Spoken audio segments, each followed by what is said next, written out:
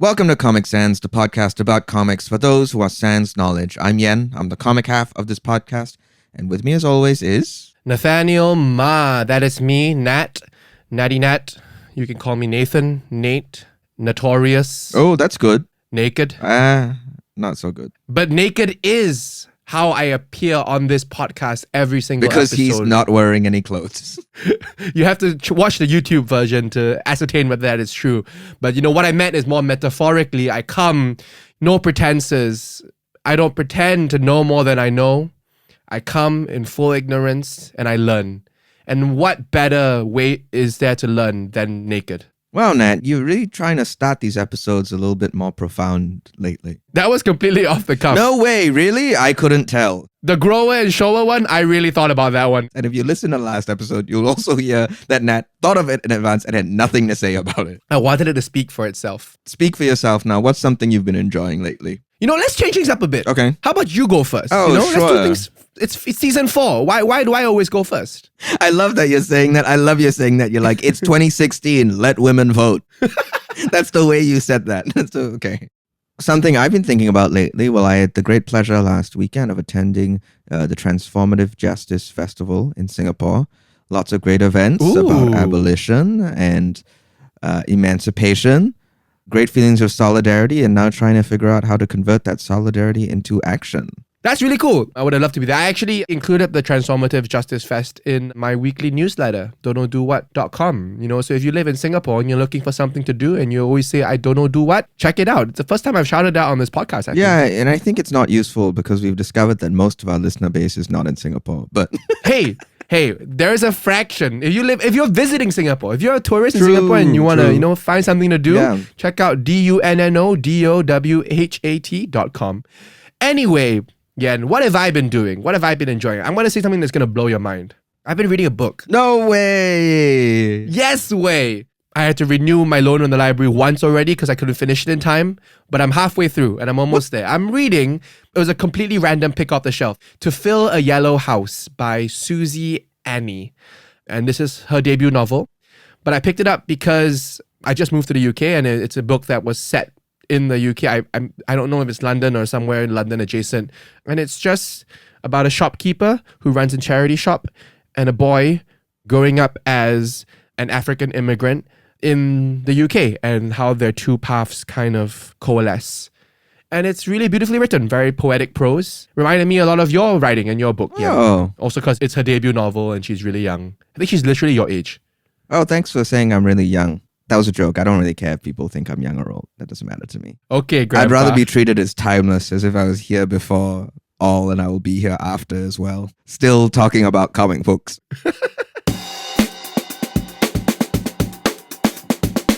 If you're diving into the show at this point, if this is your first time listening to Comic Sans, welcome to the show. What we do here is I pick a comic, I tell Nat a little bit about that comic, he reads it, and then we talk about why that shit rocked. Yeah, or not rocked. Why that shit didn't rock sometimes. Not rarely, but sometimes we do talk about why that shit didn't rock. For me, it always rocks. For me, rock never dies. You need to watch the video one because I did the devil horns as I did that. I like how you chose season 4, episode 3 to suddenly re-explain how the show works. I don't know, I just had a vision. You had a vision of someone just randomly choosing this episode and this is their first episode. I had a vision of a Scandinavian man searching the font Comic Sans in wherever he could listen to podcasts. And then he hears, wait, don't do what? I'm on my way out. I'm going to close this. Oh, wait, this is what the show is about? Hey, maybe I'll stick around. Hey, Scandinavian man. Thank you for listening, and we're glad you're here. Well, let's get into what we're reading today, Nat. Today, we are reading A Map to the Sun by Sloane Leong. You know who could have used the map to the sun? An astronaut? Icarus. I think he would have wanted a map away from it. See, if the map showed him where the sun was, he would then know where to not go in to the go. opposite direction. Yeah. A Map to the Sun by Sloane Leong is a fantastic graphic novel that, like many of the things we read on Comic Sans, I just happen to pick up at the National Library of Singapore. Like the book I'm reading now. A lot of what we read on Comic Sans is really just from libraries. Because I love spending time in libraries. We do love libraries. We haven't done a library shout out in a while. Shout out to libraries all over the world. Shout out libraries. Yeah.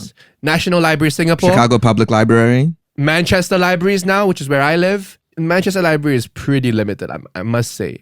I spend many minutes sitting there at the computer looking for books I want to read. All not there. Sloane Leong is a self-taught artist, cartoonist, and writer of multiple ancestries. She grew up in Hawaii and California, and her entry point to comics was manga, specifically shoujo. Nat, pop quiz, what's shoujo? Young women is the target audience. Correct, well done. And also josei, which is older women. Leong is a co-founder of the Cartoonist Cooperative that, quote, aims to improve and protect the careers of comic workers globally, end quote. Ooh, that's pertinent given our conversation with ML in specifically the after show. Speaking of which, if you want to check out that conversation where we talk a lot about the comics industry and the kind of not so favorable conditions through which many workers have to suffer through to do their craft, do check out the Andas Productions Patreon, of which Comic Sans is a part of. And if you become a friend of that and join at the most basic tier, you get access to all our conversations with creators and critics and extra bonus content that Yen and I are going to do for this season, all on our Patreon. Check that out.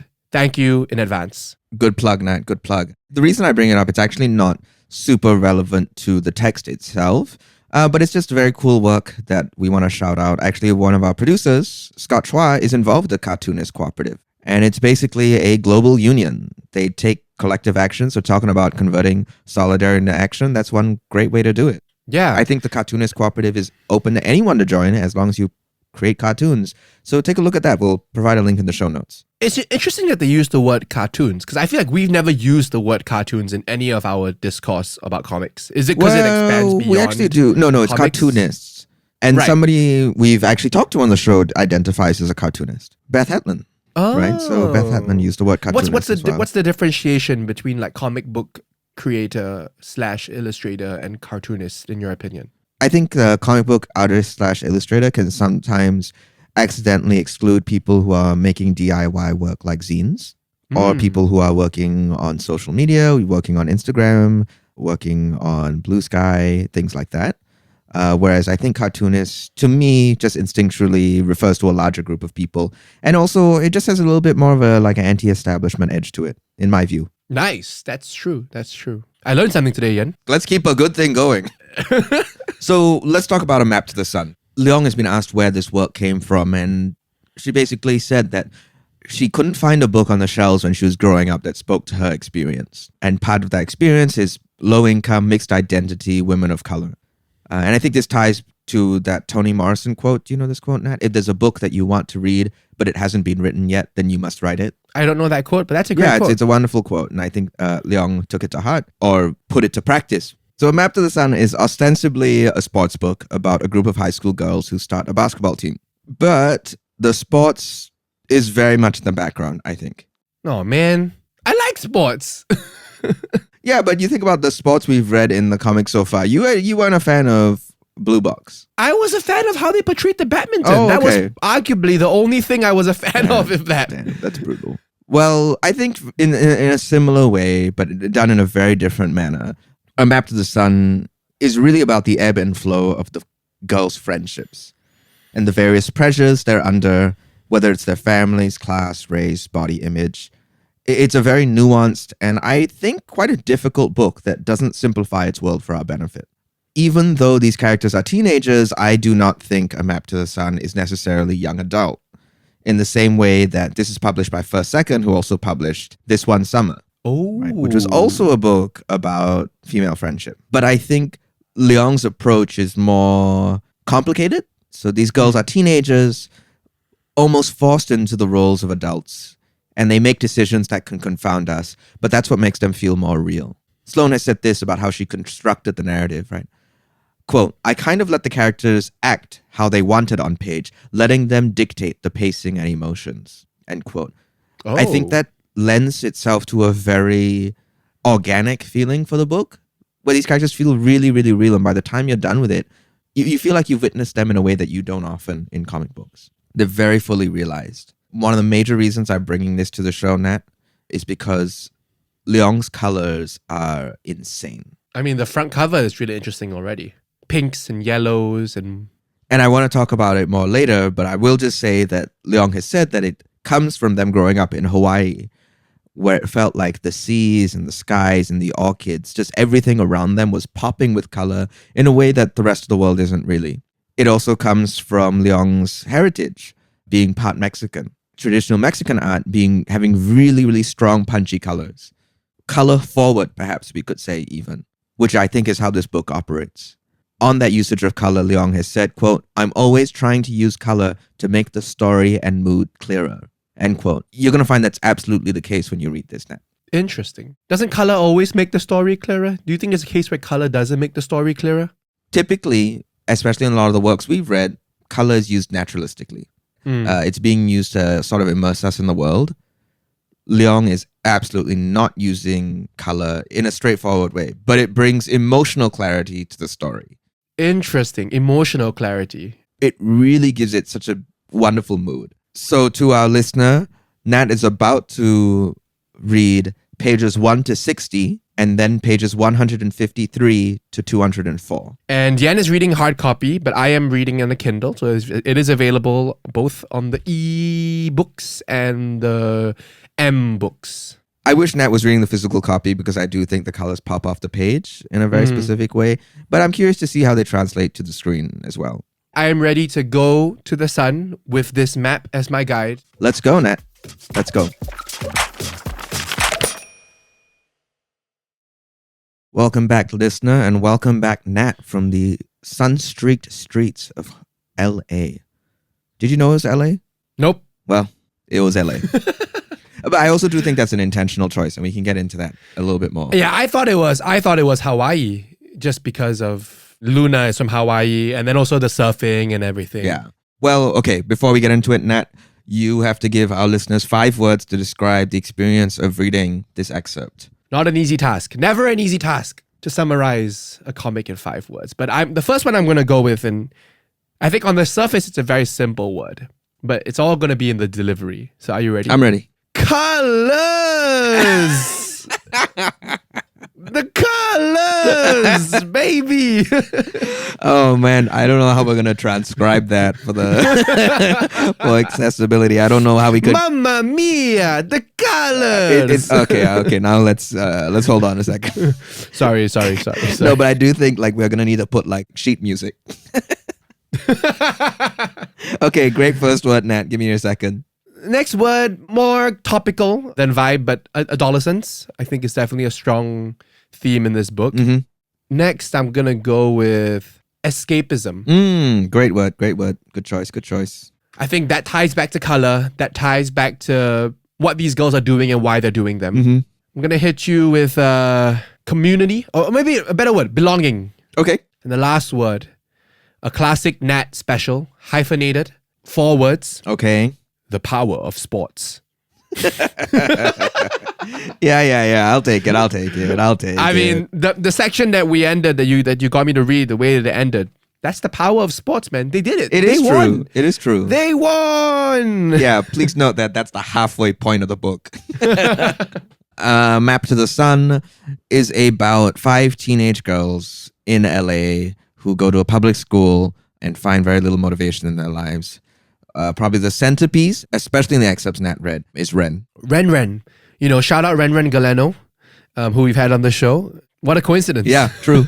So Ren is a young black girl who has a tumultuous relationship with her sister. I'm not sure if we really get into that in this excerpt, but uses basketball as a means of escape, to find some purpose, as a grounding tool as well. It's the place where things make sense. And while playing basketball at a public court, she encounters Luna, who is a young girl from Hawaii, who is at the same age as Ren, and is a surfer. Luna staying with her aunt in LA while her mum is sick. And near the end of that first excerpt, Nat reads, Luna has to go back to Oahu for basically her mother's funeral. Yeah. And in that first excerpt, I mean, there's just incredible, just sort of like meeting of Luna and Ren and sort of this like very This One Summer kind of. Yes. I don't know if it's romantic or platonic, but I'm going to use the word fling because that's what it feels like. This sort of like momentary bliss they have together as friends. Yeah, it's a bit of a magical summer. And we're going to get into it more, especially into how yes. Leong depicts it, because it's beautiful. Colors! And then it's Ren's first year of high school, and then lo and behold, who is there but Luna, who has returned after ignoring Ren's texts. And that takes us roughly to the end of the first excerpt. And the second excerpt focuses on one of the other members of the basketball team, Nell. Nell is a plus-sized girl who is bullied and also experiences fat phobia from her family, accidentally and purposefully. This excerpt kind of goes into how she deals with it, how the girls react to it. It's messy, it's complicated, there's no real solutions. In this excerpt, we also see the girls' first game of basketball in which they are trounced, destroyed, absolutely annihilated, and then we see their second game, and as Nat has already alluded to, they win the second game. No, not second one. They lost by a little bit, and then I think it's a third one. Okay, sorry. So in that excerpt actually sees 3 games, but I'm sure you already got a sense of it, of how much the games are in the background. Yes. This is not Glee Club, right? This is not they're vying for sectionals and then regionals and then nationals.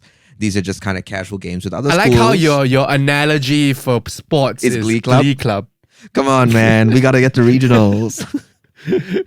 We got to get to the regionals of podcasting. Basically, this is High School Musical. You know, the basketball's in the background. What's at the forefront is Troy and Gabriella. But yeah, that's in essence everything Nat read. We didn't get to get into the other 2 girls of the team, So Young and Jeddah. So Young is Korean American and Jeddah is Latinx. They both have their own different forms of escape. So Young is a gamer, and Jeddah is Jeddah is like one of the hardest characters to read in this whole book. And I was trying to figure out a way to accept it, but we couldn't figure it out. But let's go back to the start of this book. Let's go back to the start of this beautiful summer. To the that very Luna beginning. and Ren share. Matt, how would you describe the color overall? Man, why you gotta do this to me? This is your job. You're the call. How do you open this show? Hey, I'm Yen. I love comics. I read comics. Okay, sure. Comics. Let me take a quick stab at it. Okay. Earlier, I said a little bit about how the color works, but I will go a little further now to say that it's not realistic at all. No. Every scene is colored by the light, or how Leong perceives the light to be entering the scene. And so that means a lot of the book feels like it's occurring frequently, especially if it's outdoor, at dusk or dawn, right? When the sky is pink, when it's hitting that orange. It's like the golden hour almost every hour, except it's not. Right? When it's not the golden hour, then it's pretty drab and but then maybe it's like a neon tinge. Actually, neon, I think, is the word I would use to describe the colors across the board, which makes it sound a little artificial, but what we're really trying to get at is that it makes it glow. Right? It doesn't feel false, but there is a sheen to the pages. Disclaimer, neither Yen and I are visual artists.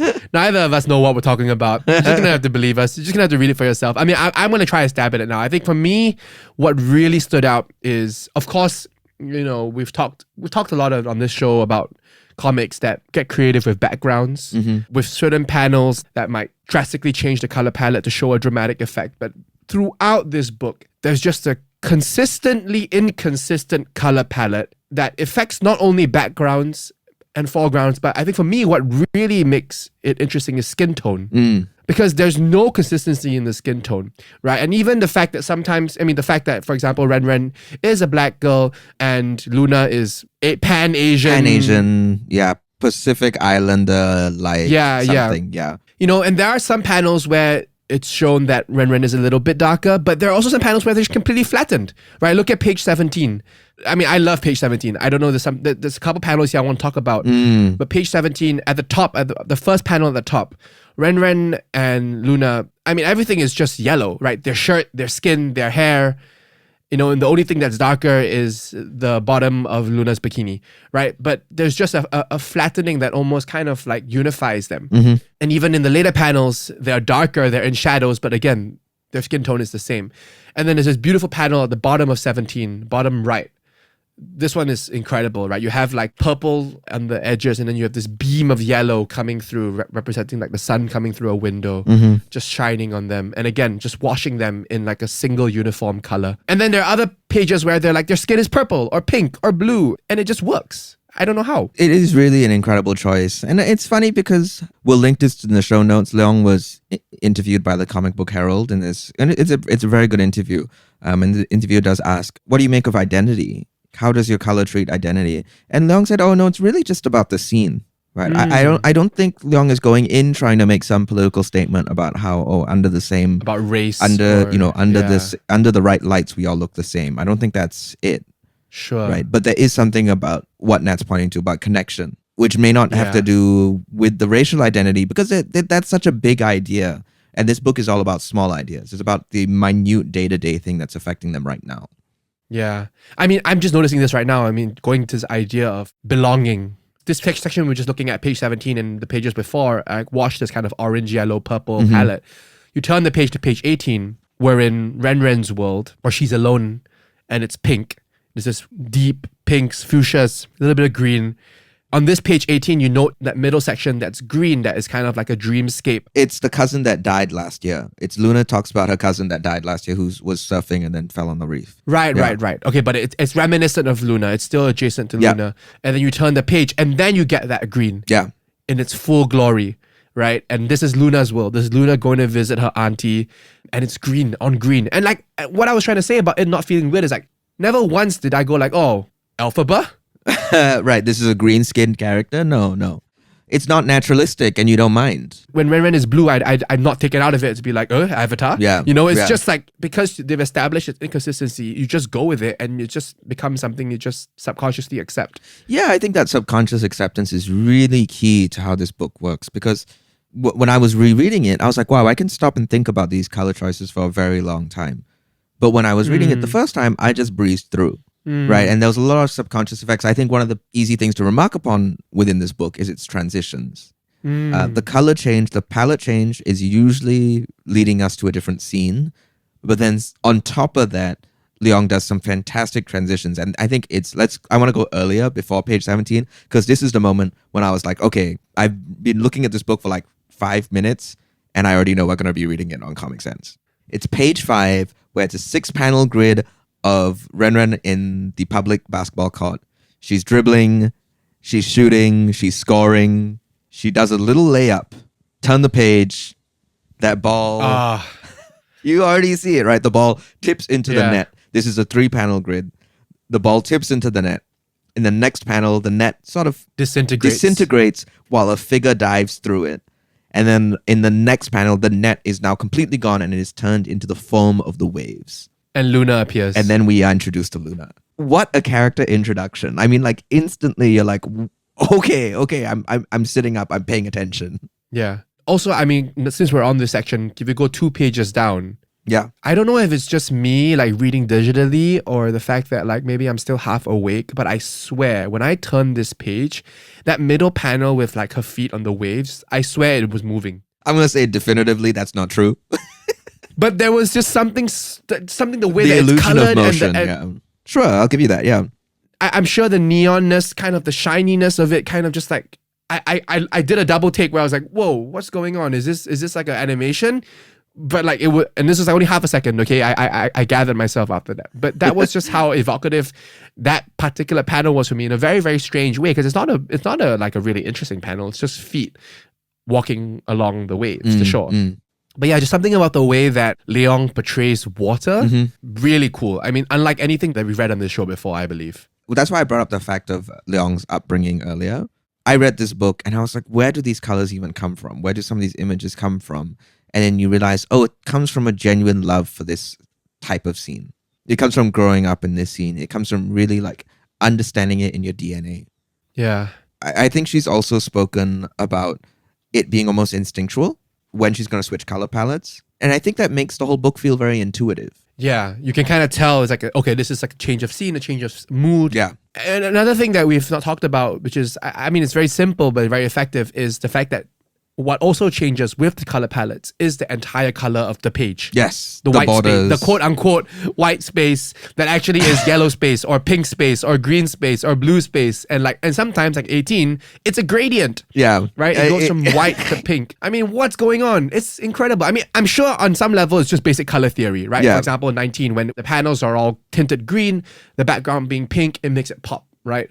But you know, I'm sure there's also deeper thought to like the mood and what it evokes. It's just incredible. No, it's really it's a masterfully colored book. We've read a lot of books that have great coloring, but there's something quite singular about this. Before we exit this summer, this beautiful summer that the two of them share, that also ebbs and flows and doesn't end happily, there's just so much beautiful language in it.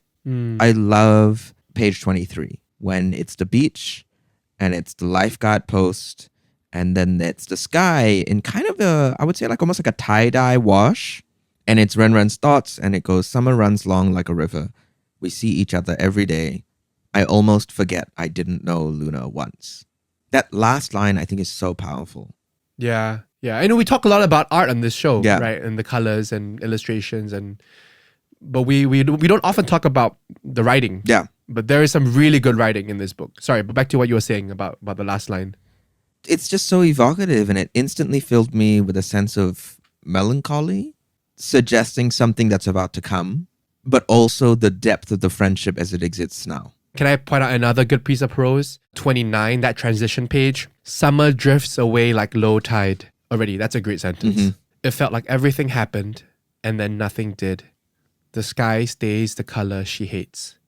Evoking stasis, evoking change. Listlessness. In the background of stasis. Yeah. Like it's just, it's just really, really good writing. And then evoking the low tide and those cycles. It's the extended metaphor of summer as a body of water. When they're getting along, summer runs long like a river. And then when she leaves, summer drifts away like low tide. Wow, look at us picking out All right, literature. things. All right, literature. Literature. I see you. Okay, metaphor. I can't believe we're reading this beautiful book and we're patting ourselves on the back for noticing the simplest. But it's good. It's good writing. You could spend like 15 minutes on each page. Yeah.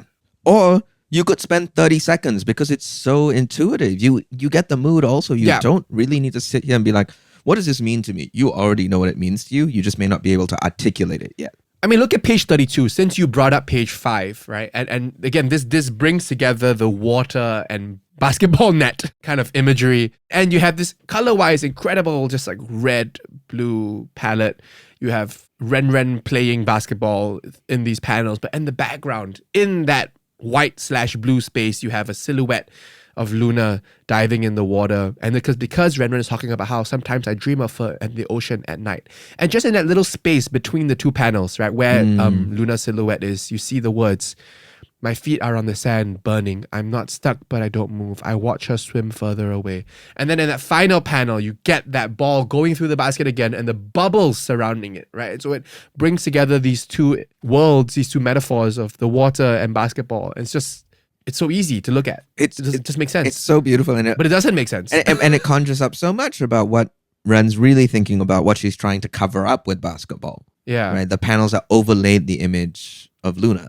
Okay, actually, I want to go forward just a little bit to stick on this basketball thing. And I am obsessed with this page 36. So the previous page is wordless. It's Ren back on the court dribbling. And then now she's taking a shot, and that's 36. And 36, it's a front view of Ren and we see her and we see the hand in motion. And so we see it's a shot. She's taking the shot. And we can see it's so dynamic. Nat, you gotta watch the video version of this because Nat's hitting it perfectly. But what made me stop in my tracks was the paneling of it. Because the simplest choice is full spread. It's just Ren shooting. No need for panels. Mm-hmm. But sitting on top, underneath her hands, like behind her hands, is an empty panel of a different color. Yeah. And I was like looking at this forever and I was like, why did she do this? Why? Like, it's like, what's going on here? And I realized I was like, oh, it's time passing.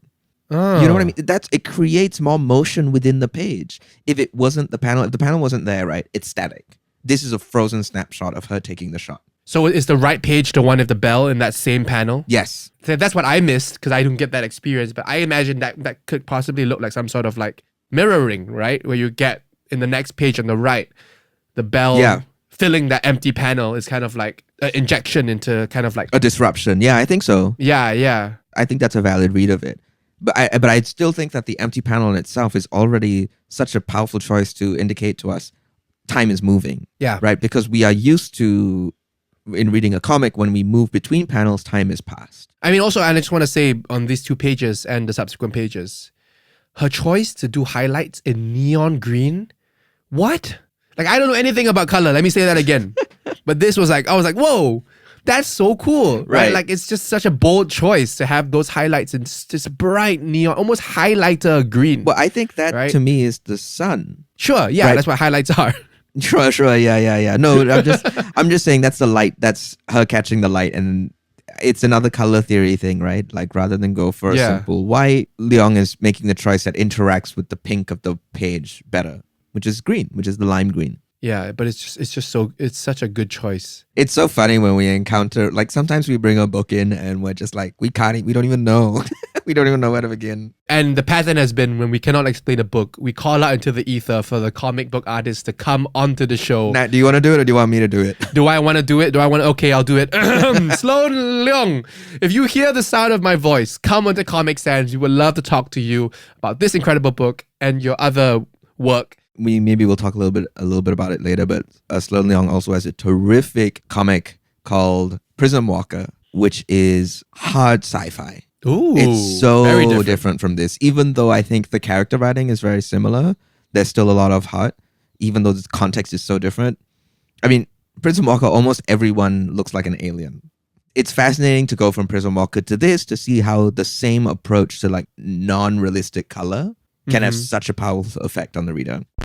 Hi folks, Nat from the future here. Sloane's comic is actually called Prism Stalker, not Prism Walker, something we discovered while trying to get our hands on a copy. Again, that's Prism Stalker, published by Image Comics. Let's go to that dream sequence, Nat. I was literally going to say, shall we go to 51? Let's go to 51. Wow. This one was like, I had to take a step back and be like, what's going on here? I mean, it's reminiscent to me of the kind of art you'd see on like ancient Greek pottery. Yeah. Where they depict like the gods, and especially on 52, we have that panel of her like fists raised at the sky, and and her Scowling. hair is kind of like almost Medusa-like. Yeah, the right? locks of her hair almost snake-like, yeah. Take us through this dream sequence, Yan. What do you see? So both pages are 3 panels. The arrangement is kind of inverted. So the first page is a narrow panel, and then a middle side, and then a large panel, and the next page is a large, middle, narrow. So there's this feeling of going in and out of something. And the first panel is a black circle with a human figure in the middle. Next panel, we go in, and it's Ren. And it's all these voices around her going, Ren, Ren, Ren, Ren, Ren, Ren. Ren? Question mark? And then the large panel is her floating in this sea of almost ink, what looks like ink. But perhaps it's the depth of the ocean. It's all black Clouds. and red. And then in the next one, she's kind of being swallowed by the foam. This is the large panel, middle panel, close up on her. That's the image Nat was describing with the fists up. And then the last panel is the black circle again, but now it's empty. Bonkers. I mean, at this point, I think she's just showing off. No, but it's still in service of the story, right? It's still in service of communicating to us like, what's going on in Ren's head. Yeah. The pressure she's feeling, the loneliness, the isolation, how overwhelming the world feels. Something I do want to know is that these dream sequences are done in graphite and not digital. Physical medium. Yeah, Wow. yeah. I mean, yeah, you And can it see lends it a whole different texture. Yeah. I mean, there are multiple times in this comic book where you would just get these splash pages that are clearly done in a different medium. Yeah. Or at least made to look like they're done in a different medium. I think early on, I mentioned one page number 16. Oh, 16. Which almost looks like oil paints or some sort of painterly medium. Yeah. It's just a sunset, a blue sun setting over the water. Again, realism thrown out the window, Yeah. right? But it's just such an evocative image of this beautiful sunset. The blue of the sun matching the blue of the text and kind of bringing those two things together. 23 definitely looks like watercolor, tie-dye-ish, all just to evoke the wispiness of the sky. Yeah, just so many creative choices with medium. Wow. Let's move to our second excerpt. Sure, page 153. So again, this is the section that's about the team forming, but largely about Nell navigating her body and the ways other people perceive it against her will. And this is where we kind of get like, not the first, but for me, the first portrayals of like the basketball games. I think this is the first in the book, Nat. This is the first game they play. We've seen practice and we've seen drills, but this is the first time they're playing against other people. So question to you, when you read these kind of like action-packed panels of the game going on, do you actually try to like observe like which team has the ball and like what's actually visualize what's actually happening in the court, or do you just kind of just skim through? Because I find myself just skimming sometimes to be like, okay, action. Yeah, I think for myself, I usually do 2 passes, Right, like I do the skim one, get the feeling of it, and then I'd like to go back, especially when the figures are drawn as well as this, to really perceive the action. I think the skimming is also a natural product of it. I mean, not in this game, but I think in the second and third game, the way the ball moves is impossible. Like, we don't actually get the full scale of the game. It's not a single play. It's moments. Right? It's snapshots, so you are meant to just sort of flow through it. I'm sure like it's a challenge to try to portray these very dynamic, quick moving sports in a still image, right? It must be so challenging. I mean, Leong has said that if she had a way, these basketball matches would have been like 100 pages. Literally sports manga style. Right. But unfortunately, we don't get the pleasure of that. I mean, it's also just, I'm not familiar with sports manga, so maybe these are very like par for the course kind of compositions, but there's some really cool choices. Like in 157, when you see a shot through someone's legs and then you see, was it Luna in the background? Yeah. You know, that's a really cool shot. You have shots of like balls being smacked out of people's hands and then like an outline of a ghost ball left in its place. Some cool moments, but I personally found it a bit hard to follow the exact beats of the game. And again, maybe that's not the intention, right? Doesn't really matter to you really though, does it, right? Yeah. What you get is that the girls aren't very good. Like that's unfortunate. That is already clear. They're not good, but they have promise. They're able to make some shots, but it's very clear that they're being outplayed by this other team. I will say, and maybe this is like my one criticism. Oh, you've got a quibble? I've got one tiny quibble. Sloane, if you're listening to this, I apologize. But you know, it's my job, as I've said in the start of this episode, to be naked. To be vulnerable. Just say it. And honest. Just say it. Don't. You know what? One key tenet, okay, of sports is that, you know, like it's so central to sports that teams often have multiple colored jerseys. So that we're on the pitch. They well, this is, yeah, so it's funny that your criticism exists within the text, but go ahead. That on the pitch, they wear different colors. But in this comic, because of the way that Sloane does the coloring, the colors are very, very similar. They're only a shade apart. And I know you're going to say that in this first game, they talked about how they don't have their jerseys ready. But even in the later games, the colors of the jerseys are very similar. Sure. Look at this, like dark blue and a slightly lighter blue. It's like, okay, who is on whose team right now? You know, that would never go by in a professional game. If Sloane Leong was coloring a real game, the referee would go, hold on a second. I don't think we can do this. No, but I mean, I also will say that I do think that's a product of how you're reading the book, Nat, where you're not as familiar with the characters' faces. Maybe. Right. Sure. So when I was reading it, when I got to those games, there weren't really moments when I wasn't clear on who was who. Because there's only 5 of them. So you're trying to say it's a user error. I'm trying to say skill issue. You know, and it wouldn't be the first time I've said that on the show. I maintain my stance that in professional sports, contrasting colors is a very important aspect of jersey choices. Can we talk about something that we're definitely going to agree on, which is that 2-page 168 and 169, which is Luna leaving this kind of pushy guys. Look at my notes here. 169. Canoe. Well, what happens immediately preceding this is that Luna, this guy is kind of hitting on her. He's being a bit pushy. And she's only really there because Ren has ignored her once again. Some text that we're ignoring, we're not really getting into right now, is that Luna and Ren aren't speaking to each other largely because Ren doesn't want to. Because she's feeling very betrayed by Luna's abandonment, while also annoyed that how popular Luna is already in the school. And Luna's pretending like she didn't just abandon her. Yeah, and Luna's just trying to glaze over it, which is not helping the situation. And so she's a little out of sorts. She's at this guy's house, and then she talks about her mom, which is something we never really hear otherwise. Like, I think this is the first time we hear that she's a canoer. Yeah, which is crazy. A canoe racer. And Ren is actually very cagey about her mom. The only thing we know about her is that she's sick and then she's passed away. And then we get, when she leaves on her skateboard, and we get this incredible spread. Specifically a penny board, you know, if you're pedantic like that. Thanks, Dan. It's one of those little ones. So we get these alternating horizontal panels. So top panel is Luna's feet on her penny board. Second panel is just this, I mean, I don't even know how you would describe this art style. It's kind of like, it's blue and white. It kind of feels like a sketch. It's almost like a negative, like art. The coloring is negative. Yeah. Like a photo negative, I mean, yeah. Yeah, you just get like a canoe oar dipping into the water. Again, incredible portrayal of water. Leong uses these like circles and curved lines to create these dynamic waves. Next panel is Luna's face, very stoic, looking forward. And then next panel is fingers, the mother's hand dipping into the water.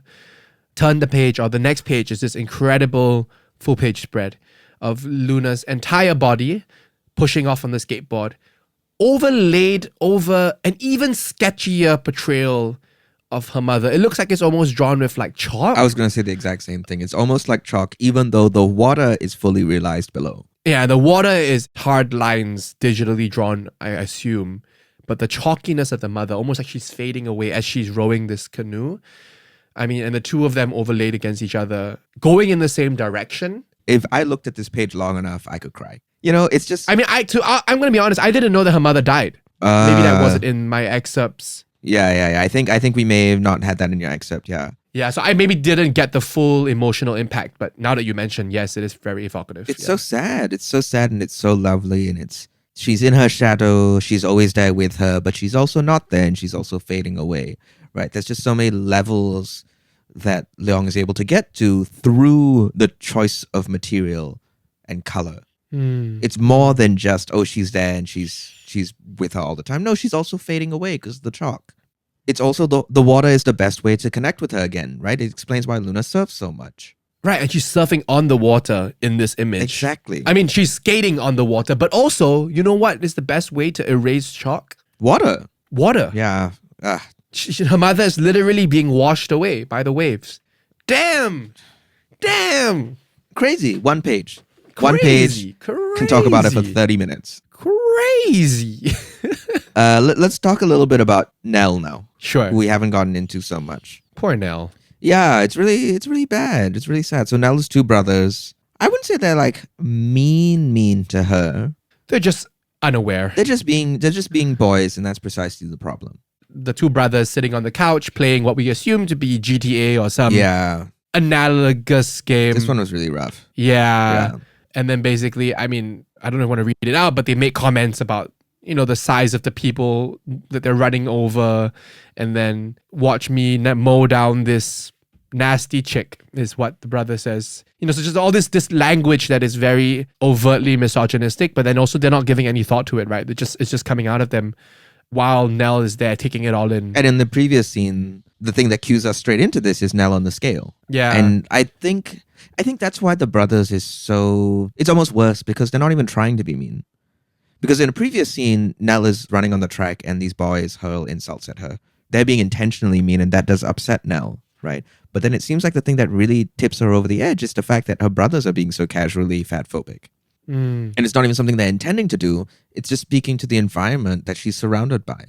Where is she safe? One of the bits of dialogue I really like in this book is when, after running on the laps and Nell gets insulted and she leaves the track, and So Young and Luna try to talk to her through the cubicle stand. Luna says, "Was it Ben? He's a butt, but he just teases people he likes. He's always saying stupid stuff to me." Ah, Luna. And Nell says, so unaware. Yeah, really, she's not aware. She's not cognizant of what's going on here. And Nell says, "He doesn't like me. No guys like me. I can't imagine anyone ever liking me." And Luna says, "I get that." And Nell says, "I doubt that. You're some cool hot girl guys have a fetish for. You ever felt disgusting? You ever told you are by someone else?" Silence. That's what I thought. So don't act like you get it. It's this writing that just makes this book pop even more, right? It's not just art. Yeah. There's just such complicated conversations these characters are having. This is the teenageness of it all. When Luna says, "I get that," she actually does mean it though, right? In that she is being looked over for her appearance. She also lives in a misogynistic world, just that Exactly. she receives a different form of it. Yes, exactly, right? We, the reader, have already been privy to a scene in which her personhood is basically being ignored for the sake of her looks. Which is the same thing that Nell is receiving, just in the opposite direction. And so she is trying to be supportive, but because of her limitations, because she's a teenager, because she doesn't really understand everything that's going on, she ends up hurting Nell more. And then Nell lashes out, and what Nell says is also unkind. That's just how she feels. And right after that, Luna leaves. She doesn't even try to come back from it. She's now hurt, and she leaves. Reinforcing this idea that the writing is just so strong. A more inexperienced writer would have taken like the easy way to do it would be like, oh, some boys shout something mean on her and then that causes her to spiral. Yes. Right. But actually, the straw that breaks the camel's back, as we've already talked about, is the seemingly Innocuous. is the unintentional Yeah. comments, the seemingly innocuous comments by her brother, and that's what really pushes over the edge, right? And that is how life is sometimes, right? Like you can, it's often easier to take the direct attacks because you can put walls up, you can pretend, you can fend for yourself, you can prepare for it. But it's when your guard is down, you're in your safe space, that's your home, and someone, your mother or your sibling just says something that they don't even intend to be mean, but it just triggers you, and that's it, Leong's writing is just fantastic because on top of that, it's not even that the brother doesn't care about her.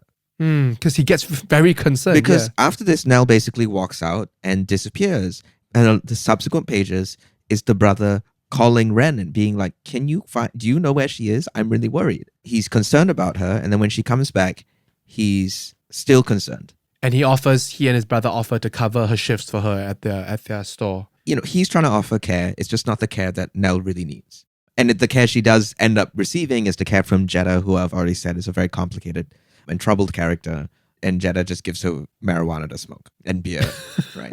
And because that's the kind of care that Jeddah can offer at the stage of life she's in. Oh, brother. What messy lives these characters lead. But I want to go back to what you were saying about in your Yant, in your preamble, about how these feel like fully realized characters, right? And this is just in like an excerpt of the book that I read, right? I even skipped the whole section, and yet I'm able to feel how real and complex and layered these characters are. It's no small feat to do that, right? It's so much easier said than done to create such believable characters, and not even like not just one character, a whole group of them. right, a whole ensemble. Because the brother doesn't really feature that much elsewhere. Like even he is given some complexity that would usually be reserved for almost exclusively your protagonist, let alone your 5 protagonists.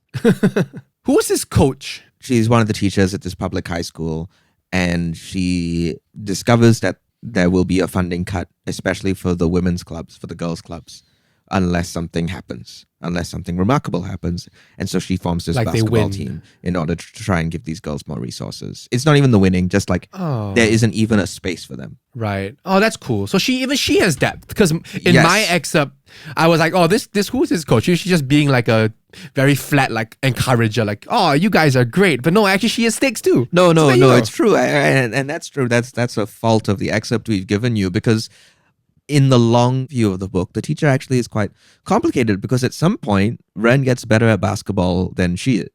Oh. And then actually that leads to conflict within the team of like, actually who's in charge here? Ooh. While at the same time, this female teacher is fending off the boys' team's coach, who is constantly trying to shut down this girls' team so that he can have the court time for his boys. High school sports politics. And there isn't like a kumbaya, like, oh, they do it, Yeah. There never is like a really neat resolution. I think the closest we get to a resolution for one of these 5 girls is within this section you read with Nell, who doesn't necessarily fix her body image issues, but she's able to have more pride in who she is. There's this page where she looks at herself in a reflection. She's flexing her muscles. She says she feels weirdly good. And then we're like, oh, great, we're getting an upturn. And then when she stands on the scale, she thinks, oh, this thing must be broken. That's because muscle mass is heavier than fat, man. That was my exact thought as well. But it is... Someone educate her. But it is a sign that like, oh, it's not necessarily linearly up. She has the support of her friends. Her friends have taken her going to exercise with her more privately, so she doesn't feel harassed and she doesn't feel like she's being observed in an unwelcome way. But that's still not going to fix her, because there is no fixing to be done. And I think, I'm just trying to tie this conversation up neatly with a loop, right? But I think, we started out talking about color. We've ended talking about sort of the complexity, how things aren't tied up neatly in a bow. These characters and their paths are complicated and complex. And I think there's something there about the color and the complexity, right? And how those two things work together, right? Because the irony is that we're talking about the complexity and lauding it for how realistic it is. But yet the colors are so unrealistic. They are fully impressionistic. They are fully vibe-based. How do you think those two things interact? Is what I'm throwing at you now. I can't believe you're like, okay, let me figure it out. I got far enough. This is called teamwork. It's called teamwork, bro. Well, okay. I think I have a hypothesis. Go for it. I think the fact that you see these characters, in one section being green and yellow and blue and pink. I mean, on a very simple level, that points to, for lack of a better word, how colorful our lives are, right? And how colorful our own identities are, and how multifaceted and intersectional we all are. That's my attempt. I think I'm gonna jump on that, Nat, and I think there's something. The thing that Leong is getting at, or perhaps the thing that it's evoking for me, is that every moment of being alive is beautiful. Wow. And Leong nice. is making that happen for us. Unfortunately, the girls don't get to see the world that way. And at moments they do, at times they do. Do you think they see each other in those colors? That's a question. Now that's a question. That's a question that we're going to ask. We're going to ask Sloane Leong, please come on the show. We'd love to talk about this book with you. We'd love to talk about your other work as well. One last page to look at, Okay. which I believe is like, it's the penultimate page of your excerpt, 203. And this is the sports manga moment, man. That's the sports manga moment. Yeah. Where they're down just by a little bit. Ren's got the ball. She's going for a layup. 2 defenders on her. The ball leaves her hand. This is just a big, big panel. And at the bottom of it, 5 panels. Dun, dun, dun, dun, dun. Exactly, of all the other teammates, like their faces of anticipation, of exhaustion. Well, actually, one of them is Ren herself. And she because looks you kind of very find out relaxed. The teammates. Time slows down. The ball circles the rim. Is it gonna go in? Turn the page. Well, actually, they never show the ball go in. We don't know that. They only show true. this. They jump to the score. Yeah. But Yeah. it's a beautiful. I love this page. It's such a, and it looks so wonderful, and it's a heavy use of black, which we don't actually see that often from the rest of the book. And I think to end our analysis, Yan, if you turn the page to 204 where we ended, I would like you to read what is that Luna is shouting? Chee-hoo! Chee-hoo! It's a Hawaiian pigeon expression. Oh, That's nice. chee-hoo! There's always more than we think. Wait, are you seeing what I'm seeing? Can I get a chee-hoo from Moana 2? Yeah, I did see that. Sung by Dwayne Johnson? Dwayne The Rock Johnson, yeah. Use his full name, please.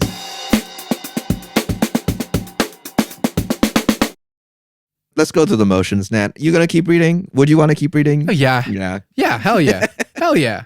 Hell yeah. Why are we even asking this question at this point? I know. I should stop asking it. But let's... No, one day you're gonna bring a comic that doesn't rock, and then I'm gonna very gleefully say. I mean, actually, I've said that multiple times. You on have, this and show, they've actually. always been from Asia. That's not true. What are you saying?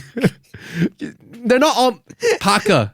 I didn't like Parker. That's true. You didn't like Parker. That's true. Which is so There you sad. go. I love Parker. There you go. But who would like this book, Nat? If we move into the pipeline. Oh, who would like this book? Oh wait, you almost tried to catch me off guard. 5, 6, 7, 8. Pipeline. Come on, everyone, it's pipeline time. I was close. I almost had you. Okay, I have a crazy one. I think I might be wrong. Okay. But this is just, I'm going to trust my gut instinct, which often is wrong, but then it'll make for good content. I don't know. The first thing that came to my mind is Juno, the film. Oh, okay. I think there's something about, high schoolers. Yeah. And from what I recall about Juno, it's also messy. It's messy as heck, right? It's about the messiness of life at that stage of life. And obviously the circumstances are different. The character there gets pregnant and all that. But there's a lot of messiness surrounding these 5 characters as well, right? With their personal body image issues and family tragedies and how those things all interplay with high school relationships. Yeah, and I think there's something to the tone of it as well. It's kind of funny, humorous, but also a little bit dark. Yeah, that's my suggestion. I think if you like Juno, you'll like this. I'm going to say if you have watched a movie like, say, The Blind Side or Freedom Riders, or movies where like a activity sort of saves a group of troubled youth and you were not satisfied. Oh. Right? If you watch those and you're like, these are pastiches of people that are being used to soothe or support a white savior complex. What a twist. What a twist. I think this is the book that you're going to really enjoy because I think it goes the other way with it. I don't think it allows itself. There are no white saviors in this book. No, there aren't. Yeah, and it doesn't allow something as simple as, they do the basketball and then suddenly all of their lives are fixed. They do the basketball. They do the basketball. That's what I said. That's what I would say. Cool. And the second half of the pipeline, if you've now read A Map to the Sun, what is the next comic. And I'm gonna go first because I have a suggestion. And again, from my very limited knowledge of comics, basically whatever I've read on this show, and we've also talked about it at the start, but I do think This One Summer has a lot of similarity to this book in terms of This One Summer and also Roaming. I think both of those books are very aligned with this book in terms of their portrayal of adolescent teenage girls and their relationships with one another and the messiness surrounding that, but also the joys in that. Yeah, so that's what my suggestions. I would say, yeah, I mean, it's also inverted. If you like those, you'll probably like this. And I would say this is more akin to Roaming in that it is for a higher grade reader. If you like A Map to the Sun, I think maybe a bit of a cop-out because it is something that Leong has explicitly stated as an inspiration. It's a basketball manga slam dunk by Takehiko Inoue. I'm going to contest that pipeline because I'm very sure that I'm going to enjoy reading the rest of this and I'm not going to enjoy reading slam dunks. So I don't know about that. Because it's from Asia. No. No, but I'm sure there's going to be many, many people who will enjoy this and enjoy that. And I'm just in the minority because I'm racist, I guess. Yeah, okay. I'm glad you said it. Okay. Well, now we can move on.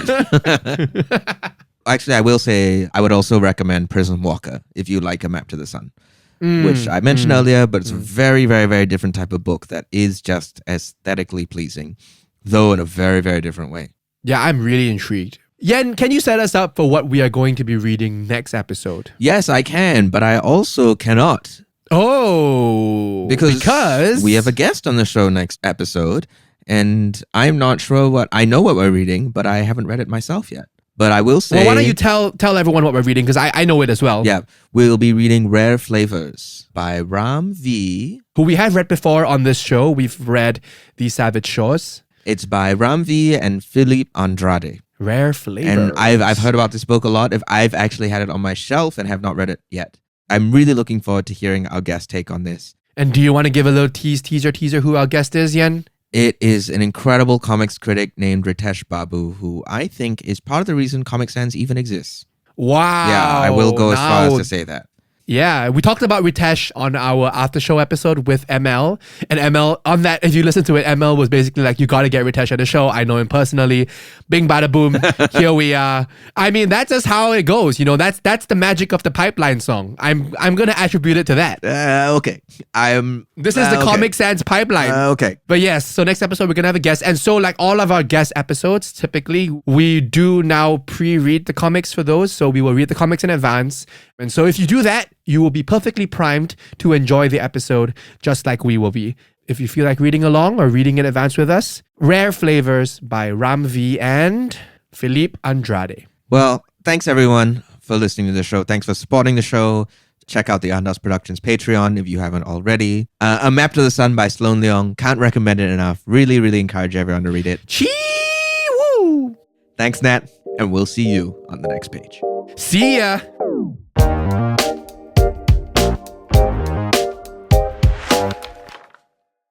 Thanks for listening to Comic Sans. This is an Andaz Productions podcast hosted by Myle and Nathaniel Ma and produced by Scott Lee Chua and Roshan Singh Sambhi. This episode was audio edited by Maddy Searle and video edited by Kit Ling Leong. Our cover art is by Isabel Fang with motion graphic animations by Kenikni Studio, Maryana Rudakova. If you enjoyed this episode, don't forget to rate and review Comic Sans. And while you're at it, follow us on social media at Comic Sans Pod. Links are in the descriptions below.